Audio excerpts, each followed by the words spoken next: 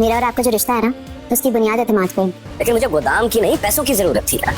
अगर एतमाद नहीं होगा तो रिश्ता कायम नहीं रहे। 2 हिंसों के इस जोड़े को अब जल्द से जल्द अलग करना हो। क्यों अपने आप को परेशान कर रही हो? क्या मैं जानता नहीं वानिया को? वैसे भी महविश तुम्हारे इस घर में थोड़े ही दिन रह गए। अरे नहीं नहीं यार, वो तो अपना गोदाम मेरे नाम कर रहा था। अस्सलाम वालेकुम नाज़रीन, बड़े भैया ड्रामे के नेक्स्ट एपिसोड में देखेंगे कि महविश महसूस करी है कि कबीर का रवैया उसके साथ थोड़ा चेंज हुआ है, जैसे उखड़ा उखड़ा और कुछ छुपा रहा है। तो महविश इनडायरेक्टली कह देती है कबीर को कि जो मियाँ बीवी का रिश्ता होता है ना, वो एतमाद पे चलता है। बीच में एतमाद के किनारे भरोसा नहीं रहा तो वो रिश्ता ज़्यादा देर नहीं चलता, ख़त्म हो जाता है। तो कबीर कहता है क्या हो गया, क्यों इतना सर पे सवार कर रही हो, जैसे मैं वानिया को जानता ही नहीं हूँ, छोड़ो, तो मैं इसी पर टेंशन ले रही हूँ।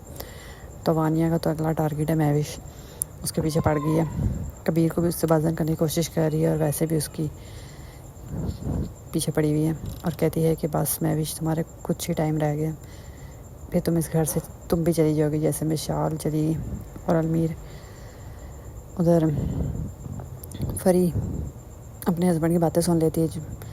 वो लगा होता फ़ोन पे किसी को कि मुझे तो पैसों की ज़रूरत है इसलिए मैंने गोदाम नहीं लिया, वरना कबीर तो मुझे गोदाम देने की मिन्नतें कर रहा था। मैंने कहा नहीं, मुझे तो पैसे चाहिए। तो फिर फरी को पता चल जाता है कि कबीर ने पैसे दिए हैं और इसने लेके यूज़ भी करने और उसको बताया नहीं। तो जब सवाल करती है तो फरी का हस्बैंड उसको रख के धक्का लगाता है।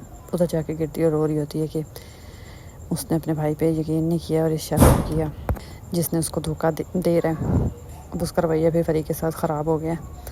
फरी तो अपने वापस घर जाने के काबिल भी नहीं रही, किस मुँह से अपने भाई को फेस करेगी जिसने अपने शोहर के खातिर अपने भाई को इतनी बातें सुना दी थी। उधर महविश वानिया से बात करके जा रही होती है तो वानिया कहती है इन दो हंसों के जोड़े को भी ना अलग करना पड़ेगा, बहुत ज़्यादा एक साथ हो रहे हैं, इन दोनों को अलग करना पड़ेगा ताकि महविश भी इस घर से चलती बने, फिर इस पूरे घर में मैं अकेली राज करूं। कबीर एक तरफ तो कहता है कि वानिया की बातों पर यकीन नहीं करता, लेकिन बैठ के सोच ज़रूर रहा होता है वानिया की बातों के बारे में जो उसने की थी कबीर से महविश को लेके। उधर महविश सीढ़ियों से उतरी होती है तो उसका ऐसा लगता है जैसे चक्कर आ गया, उसकी तबीयत ख़राब हो जाती है। इसके पीछे भी वानिया की हाथ है। कबीर के पास तो सबूत भी है वानिया ने जो कुछ महविश के साथ किया, लेकिन फिर भी पागल वानिया की बातों में आ रहा है। सामने से तो कहता है कि मैं नहीं उसकी बातों में आ रहा, लेकिन सोचता रहता है कि जो वानिया ने उससे कहा था